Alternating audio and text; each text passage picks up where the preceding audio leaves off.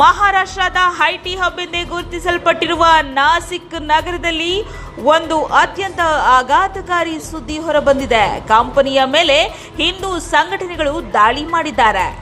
Tata ಗ್ರೂಪ್ನವರ TCS ಕಂಪನಿಯಲ್ಲಿ ಕೆಲಸ ಮಾಡಿರುವ ನೌಕರರ ಮೇಲೆ ಹಾಗೂ ಮಹಿಳೆಯರ ಮೇಲೆ ಶೋಷಣೆ ಮಾಡಲಾಗಿದೆ ಎಂಬ ಗಂಭೀರ ಆರೋಪಗಳು ಕೇಳಿಬಂದಿವೆ.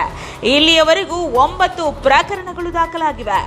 ಮಹಿಳೆಯರು ಕೊಟ್ಟಿರುವ ದೂರಿನ ಪ್ರಕಾರ ಮಹಿಳಾ ಉದ್ಯೋಗಿಗಳನ್ನ ವಾರಾಂತ್ಯದ ರಜಾ ಪ್ರವಾಸಗಳ ಮೂಲಕ ಆಕರ್ಷಿಸುವುದಂತೆ, ನಂತರ ಮಾನಗೆಟ್ಟವರು ಅವರಿಗೆ ಕಿರುಕುಳದ ಒತ್ತಡ ಮತ್ತೆ ಬ್ಲ್ಯಾಕ್ ಮೇಲ್ಗಳನ್ನು ಮಾಡೋದಂತೆ.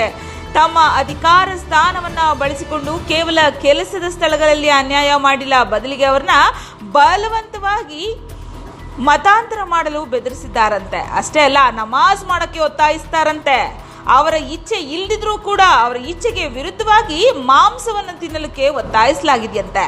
ಇಷ್ಟೇ ಅಲ್ಲ, ಹೆಣ್ಣು ಮಕ್ಕಳ ಮೇಲೆ ಅಷ್ಟೇ ಅಲ್ಲ, ಒಬ್ಬ ಪುರುಷ ಉದ್ಯೋಗಿಯ ಮೇಲೆಯೂ ಇದೇ ರೀತಿ ಒತ್ತಡಗಳನ್ನು ಹೇರಲಾಗಿದೆಯಂತೆ.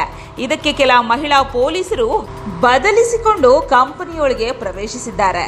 ಅಲ್ಲೇ ಇದ್ದು ಆರೋಪಿಗಳ ಚಲನವಲನಗಳ ಮೇಲೆ ಸೂಕ್ಷ್ಮವಾಗಿ ಗಮನ ಹರಿಸಿದ್ರು.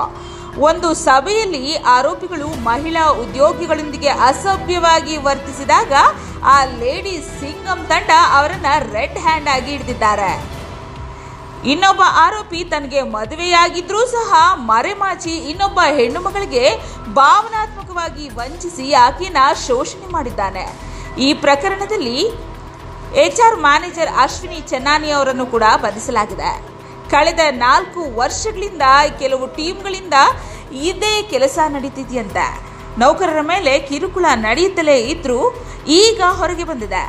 ಈ ಪ್ರಕರಣದ ತನಿಖೆಯನ್ನ ಈಗ SITಗೆ ನೀಡಲಾಗಿದೆ.